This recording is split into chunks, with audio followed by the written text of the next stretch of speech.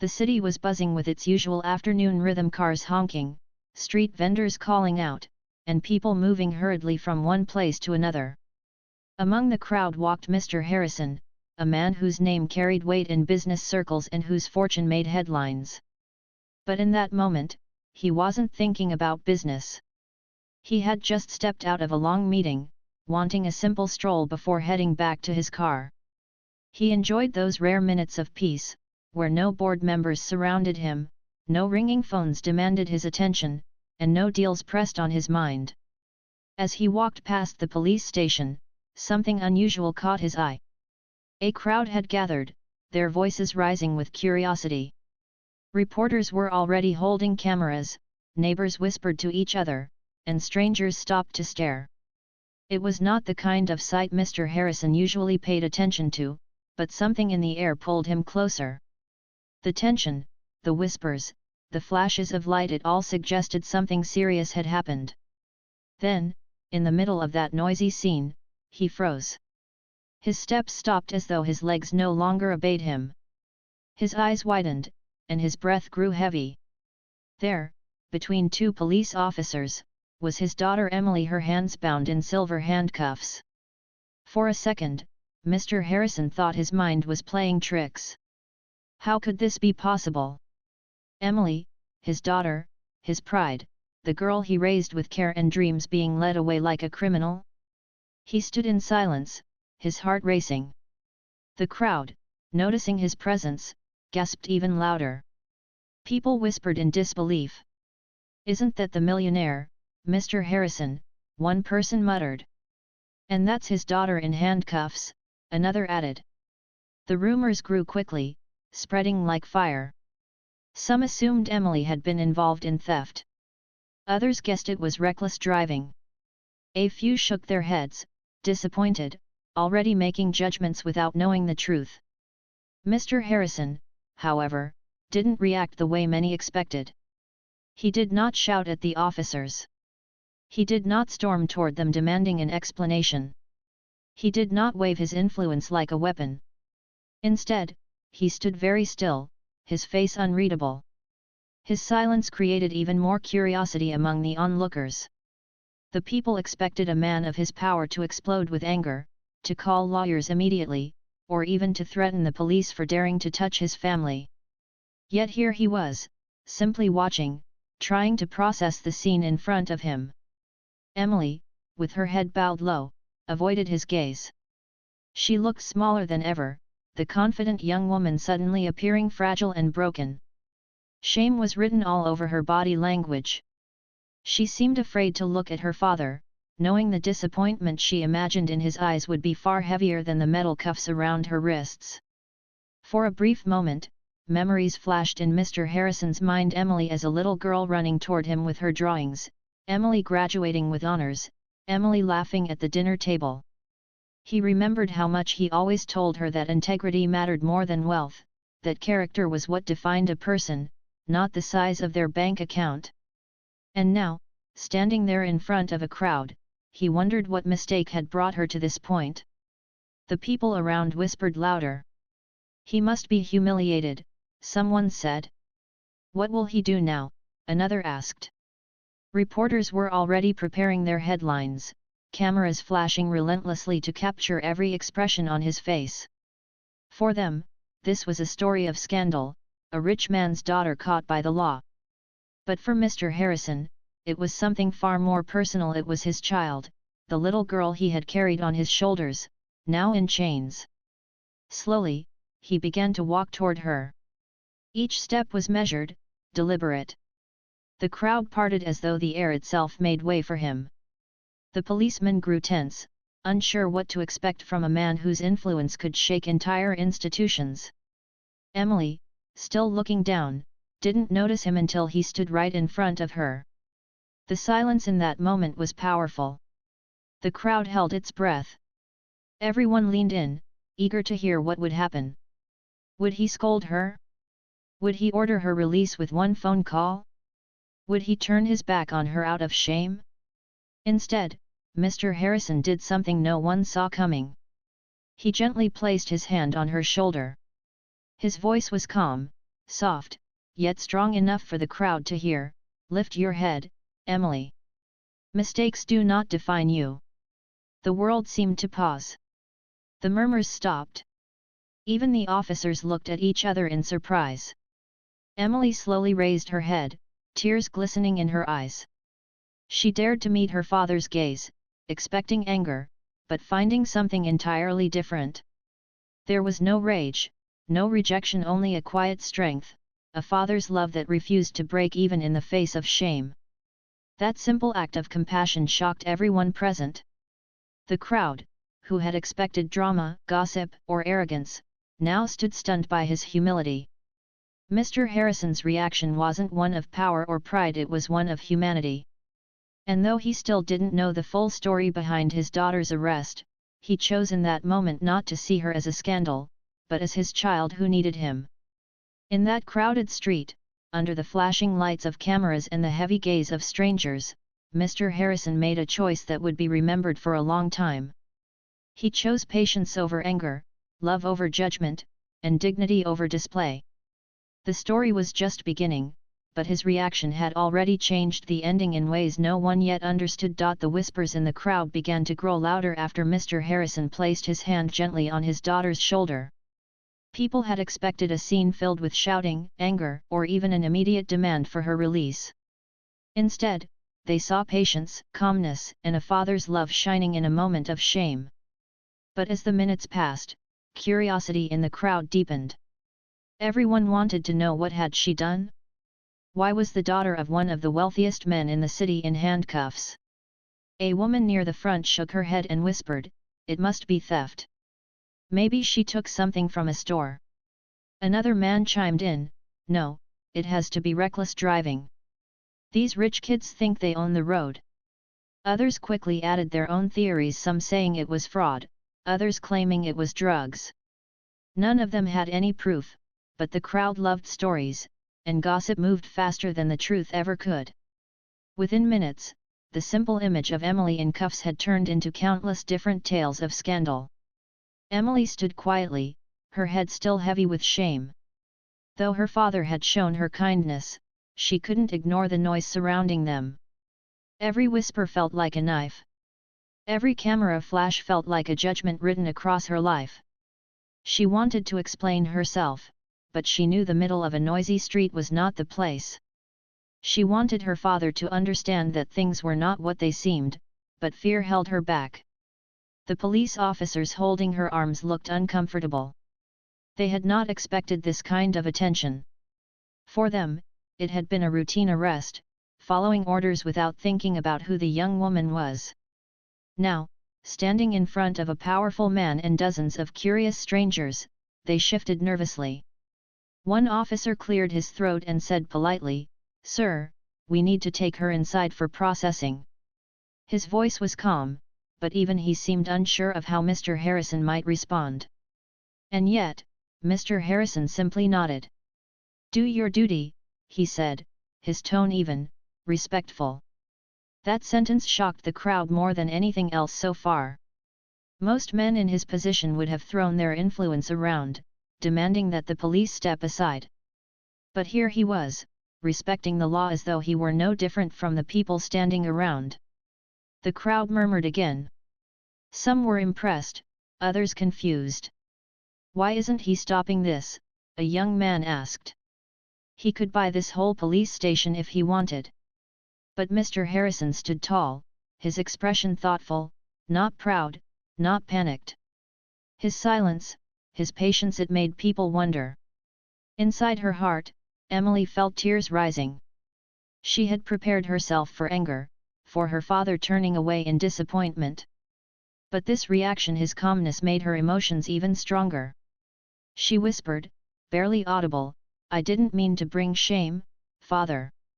He heard her, though the crowd didn't. He looked at her and gave a small nod, the kind that told her he believed there would be time to explain. Reporters pushed forward, microphones in hand, shouting questions. "Mr. Harrison, do you have a comment? What crime is she charged with? How will this affect your company's reputation?" Their voices blended into a storm, hungry for headlines. But Mr. Harrison didn't answer. He walked beside his daughter, steady and composed, as the officers guided her into the building. Even as the doors closed behind them, the people outside continued debating. Some said it was a family tragedy, others called it a scandal, and a few quietly admitted they admired the millionaire's reaction. For once, the story wasn't about money or power, it was about dignity. Inside the station, the air was calmer, though the weight of the situation was still heavy. Emily finally found the courage to lift her eyes to her father. He looked at her not as the world saw her now, a girl in handcuffs, but as his daughter, the same one who had once held his hand crossing busy streets, the one who used to fall asleep on his shoulder. The officer began filling out paperwork, explaining in simple words that Emily had been taken during a protest. She hadn't hurt anyone, she hadn't stolen, she hadn't lied. She had stood with workers who were demanding better treatment. She had raised her voice against unfair practices outside a local company. Things had gotten heated, and when she refused to move back, she was taken in. The truth was starting to show itself, though it was not yet fully clear to everyone outside. But Mr. Harrison's reaction already told the crowd one thing: he was not a man who would abandon his child. And Emily's silence, mixed with her father's calm, made the moment feel heavier than any scandal the crowd had imagined. That evening, long after the incident, people on the street would still be talking about what they had witnessed. They wouldn't remember the exact words shouted by the reporters or the speculations whispered by strangers. What they would remember was the sight of a millionaire choosing respect over rage, humility over power, and a father's hand resting gently on his daughter's shoulder when she needed it most. The whispers outside that day were just the beginning of a much bigger story, but the lesson had already begun to unfold. Sometimes the loudest reaction is silence, and sometimes the strongest choice is patience. The heavy wooden doors of the police station closed behind them, shutting out the noise of the restless crowd. Inside, the atmosphere was quieter, though tension still hung in the air. Emily sat on a simple wooden bench, her hands resting in the cuffs across her lap. She felt the weight of dozens of eyes from earlier still pressing down on her. But when she finally gathered the courage to look up, she saw her father standing nearby, steady, calm, and unshaken. Mr. Harrison's presence filled the room. He didn't need to raise his voice or demand special treatment, his silence alone carried authority. The officers were unsure of how to treat him. They had expected anger, threats, maybe even lawyers storming in. Instead, they found themselves in front of a man who simply asked one quiet question: what happened? One officer cleared his throat, glanced at his partner, and finally explained. Emily had been part of a demonstration outside a local company. The protest had started peacefully, with young men and women holding signs and chanting about unfair labor practices. But as the hours passed, things became heated. When the group was told to leave, most stepped back. Emily, however, had refused. She stood her ground, arguing that walking away would mean ignoring the workers' voices. She wasn't violent. She hadn't destroyed property. She had simply refused to move. For that, she was handcuffed and brought in. Hearing this, Mr. Harrison remained silent for a long moment. He looked at his daughter, not with anger but with a mixture of surprise and pride. Emily finally broke her silence. Her voice trembled, but her words were clear. I didn't want to embarrass you, Father. I saw how badly they were treated. They were asking for fair wages, and nobody listened. I thought, if I stood with them, maybe someone would. The officers exchanged glances. The story sounded different from the scandalous whispers outside. This was not a spoiled daughter of wealth making reckless mistakes. This was a young woman who cared enough to stand for others. Still, she had broken the law by refusing to leave when ordered, and the officers had done what their duty required. Mr. Harrison slowly walked toward his daughter. Everyone in the room expected him to scold her, to tell her she had risked the family name, to remind her of the cameras outside. Instead, he gently lifted her chin so her eyes met his.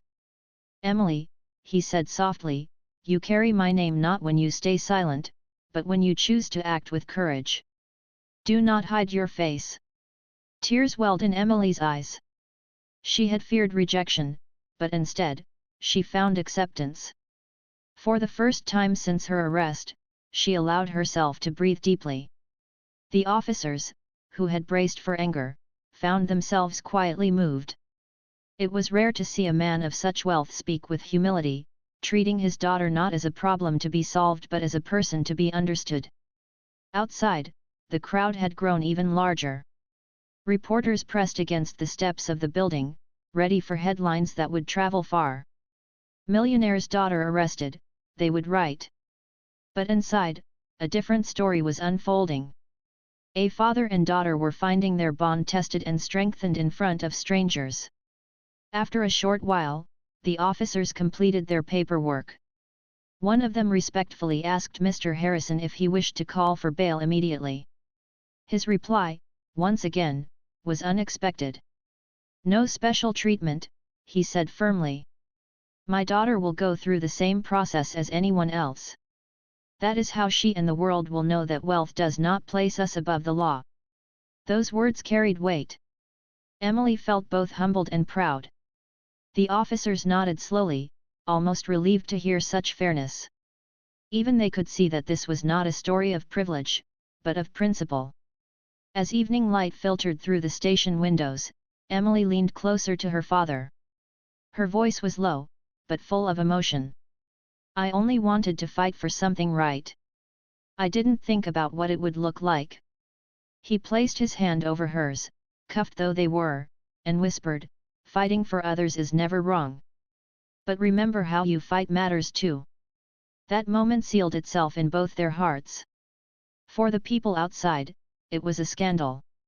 For father and daughter, it was a lesson.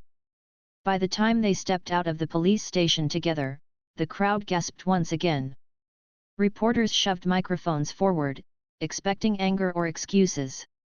Instead, they saw a father walking beside his daughter, not hiding her, not denying her, but standing with her. Emily's tears had dried, and though her wrists still bore the marks of handcuffs, her head was held higher than before. The crowd fell into silence for a few seconds, astonished by the calm dignity of the moment. A few people even began to clap, though quietly at first. The sound grew as more hands joined, not out of mockery, but out of respect. Emily glanced at her father, who gave her a small, reassuring smile. And in that moment, she realized something powerful.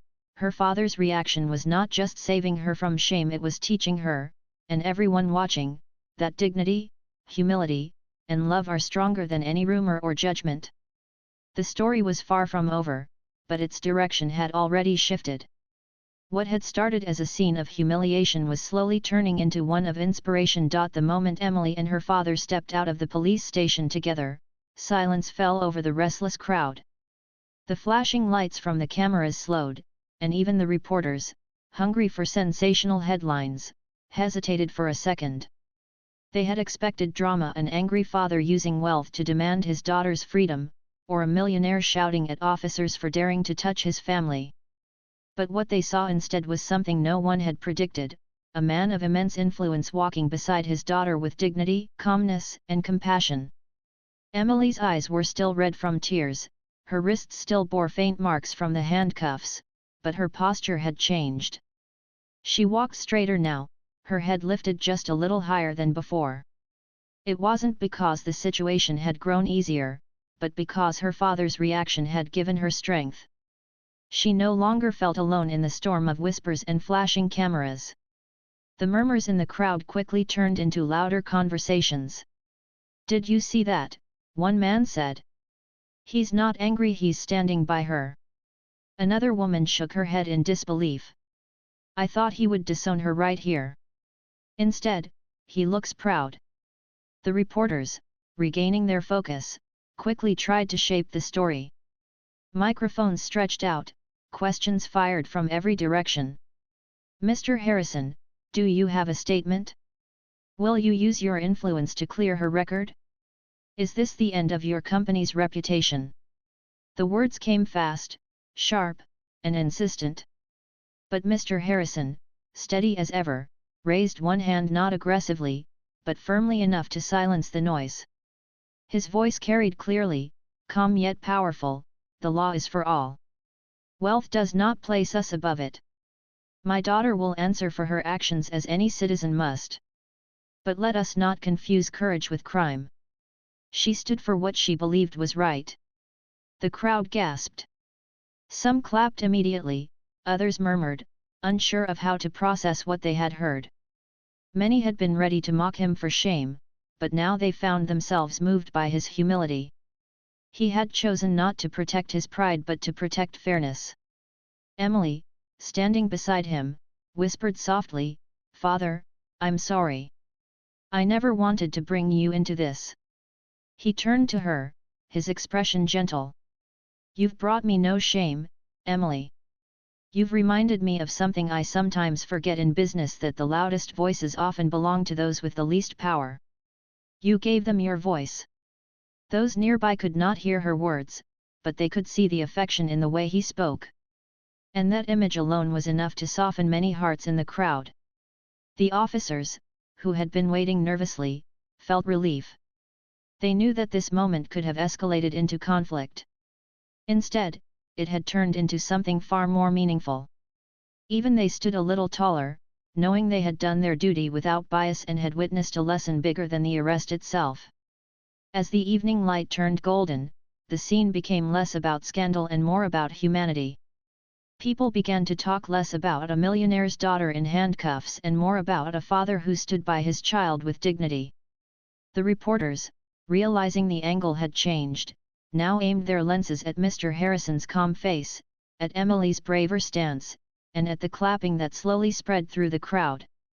Emily's voice, trembling but firm, reached her father again. "I only wanted to fight for justice. I didn't think about how it would look." He nodded and replied, "Then let today teach us both. Fighting for justice is noble, but wisdom in how we fight is equally important. One without the other can cause misunderstanding." His words didn't just guide Emily, they echoed through the onlookers as well. Some parents in the crowd felt touched, imagining how they would react if their own child stood in that position. Some young people felt inspired, seeing that a mistake didn't have to mean the end of dignity.